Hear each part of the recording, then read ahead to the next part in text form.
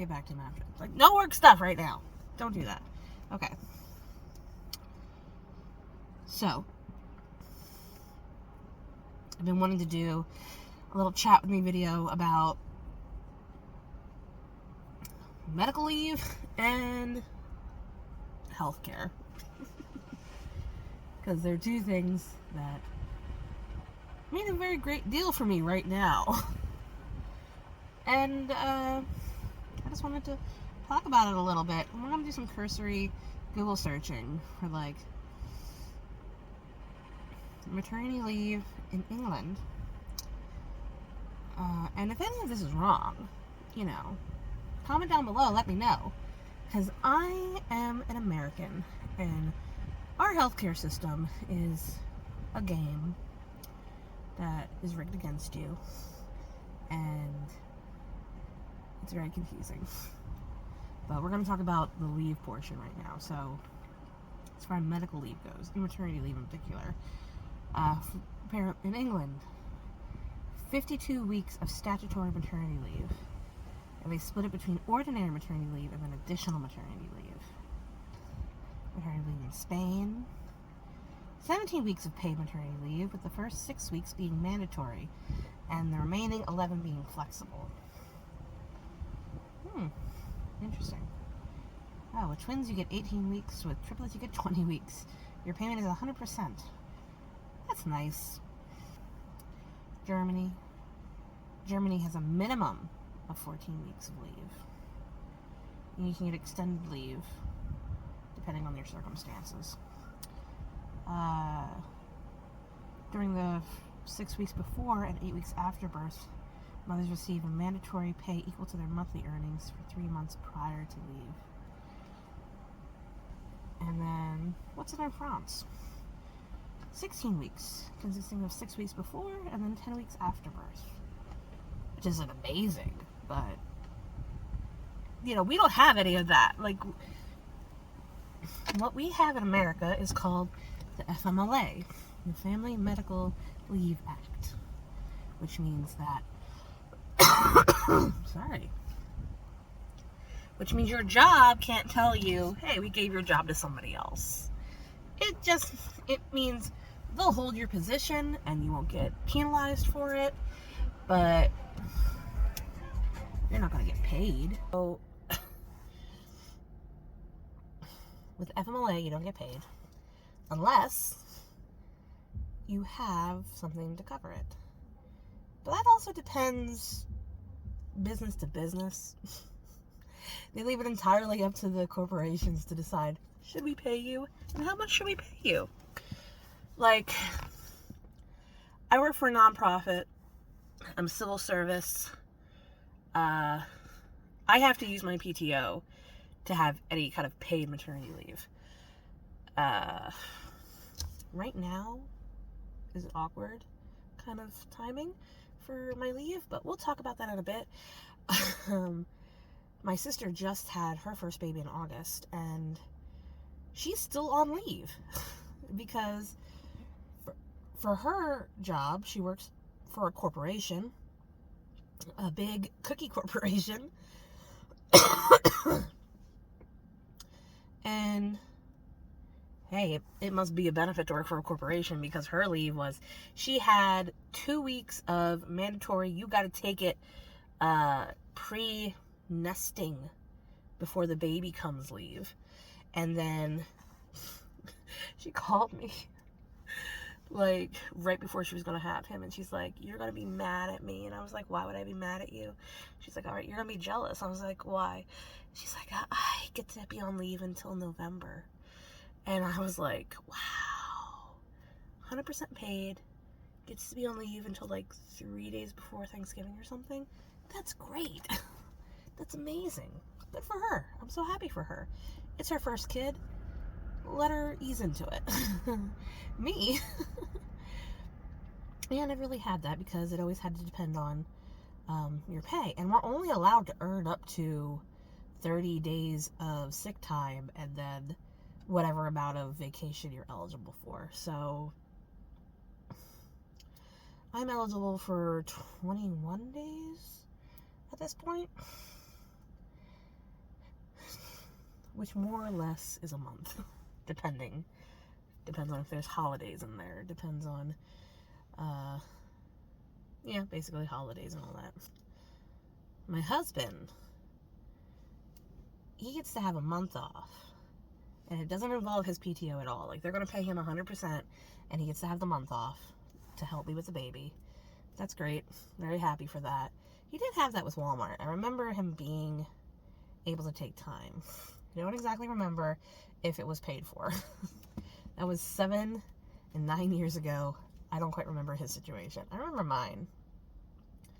And with Genevieve and Sebastian, they're summer babies. So I had the entire year practically to save up time. And on the one hand, kind of sucked because there's no holidays in there. So every day had to be accounted for. But with Genevieve, I was out for like almost 3 months. Because I used my sick, some of my vacation. There was 2 additional weeks for short-term disability because I had a C-section. And when I came back, I still had extra time, so I could have stayed out longer. But honestly, the amount of time I stayed out, I got super nervous. Because it was like my first baby, and I had no experience on being on leave.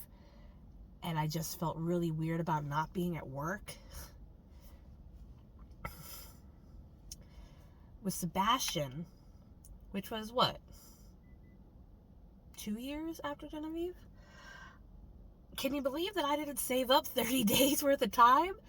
And I guess maybe it takes time to earn that 30 days, because I forget how many days we actually earn within the year. It's not the entire 30. But because we only get like 25 or 29 pay periods, and then not every pay period do you earn a sick day. So yeah, it probably does take at least 3 years to earn all the 30 days.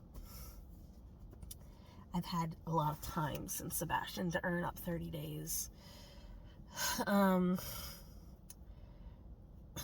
With him, it was about 2 months, because I had whatever sick I had. I used all my vacation for him, and then I had those 2 additional weeks of disability. With this baby, and we're going back to, this is a weird time for me to have a baby. Our vacation goes like, you start earning it in January, and then you have to use it all by December 31st, or you can carry over 5 days. I still have a good portion of vacation that I haven't used yet, because we didn't have any big vacation plans this year. And I just don't always think to do it, right? I think I've taken 2 weeks so far and a handful of days. So I have at least 5 days and then a handful of days to use the rest of it. I do want to carry over the 5 days. It's just going to be useful. So I will have 30 days, which roll over. There's no time frame to that. And then 5 days of carryover. Hopefully I still have 2 weeks of disability, short-term disability that would happen. It's been a while. Stuff has changed since I had my last baby. So hopefully that part hasn't changed and they still give you short-term disability.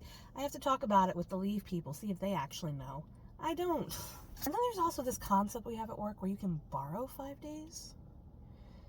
So if I got to have those 30 days and then borrow 5 days and then have those 5 days carried over and then have 2 weeks, which basically 10 days of disability, short-term disability pay, I should be able to be out until late February. Maybe. Because for me, even if the FMLA says that they can't take my job away for like 6 months or something,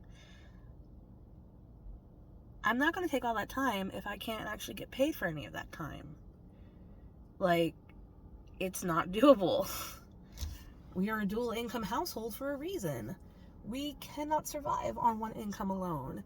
And I'm the breadwinner. So I make more money than him. And it would just be irresponsible and selfish for me to just not work and be off while enjoying the baby and bring nothing into the household. I mean, is it fair? No. I'm getting hot.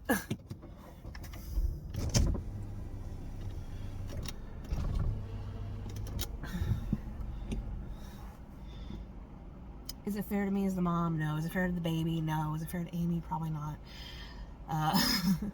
I'm sure the baby and Amy and everybody would be better if I could stay home longer, but I can't, unfortunately. On the plus side, I will have vacation that I have not earned yet, but the idea is it will come to me, that I can use throughout the year. So, and plus I have holidays, and I work close enough to home that generally I can go home for lunch. I didn't go home for lunch this day because I have a meeting at 1, so I have to watch the time. Okay, we're good. But it's fine. We'll make it work. We made it work before. We'll make it work again.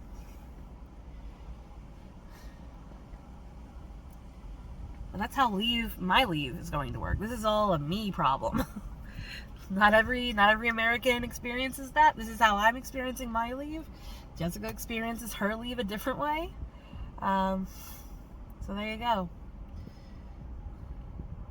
On the other side of it, health insurance. It's not as different as it was back when I had 7 Gen. Like, it's changed. Because when I had Seb and Jen years ago, our insurance was totally different.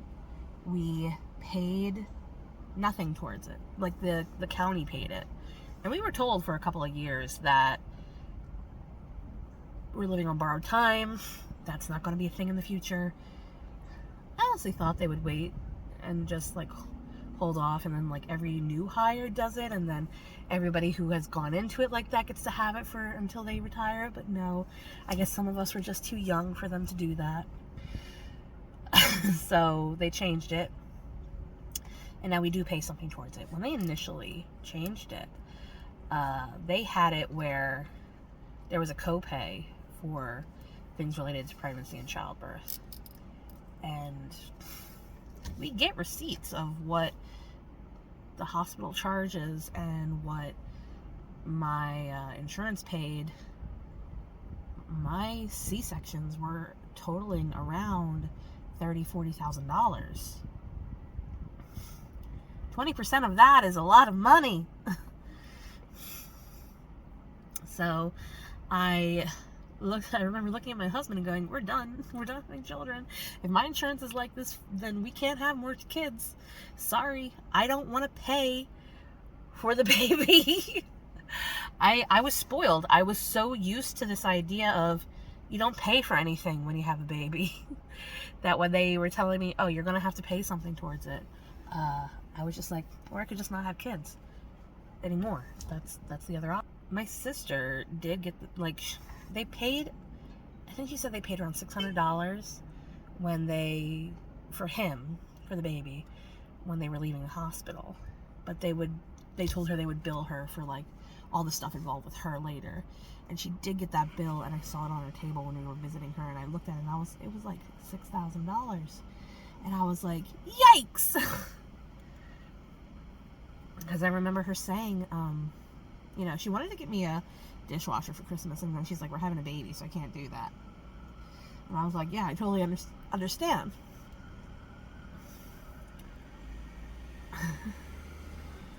Because,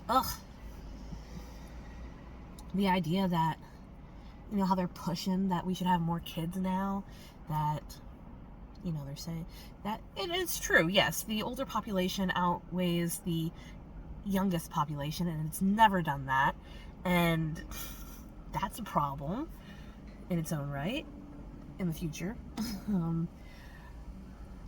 But it's like, oh, then you're going to charge people $6,000-$7,000 or more to have a baby when they just have the baby. Like, you gotta prepay for the baby? That's crazy. Like, it costs a lot just to get all this stuff for the baby. And then additionally, you have to pay for the baby? What?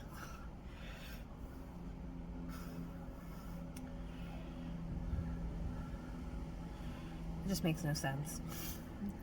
And, well, when they changed the insurance and they added some things that people, like, apparently really did not like.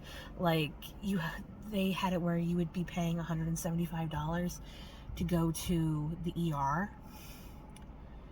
And if you were admitted, they would like drop that copay, but you're not always admitted, but you still need an ER because it's like 9 o'clock at night or midnight and you need to go to the ER. So people bitched and the county caved and they knocked those down. In our old insurance, you used to be able to go to the ER and it was covered. You could go to urgent care and it was covered. Now they made a charge with it and we have to pay a partial for our insurance. People complained, they dropped the price. So now it's like $75 to go to the ER. And then I think it's $25 to go to urgent care. They bumped it up to $50 and then they knocked $25 off. And I was like, all right. It's not amazing. It's not like it used to be, but it's fine.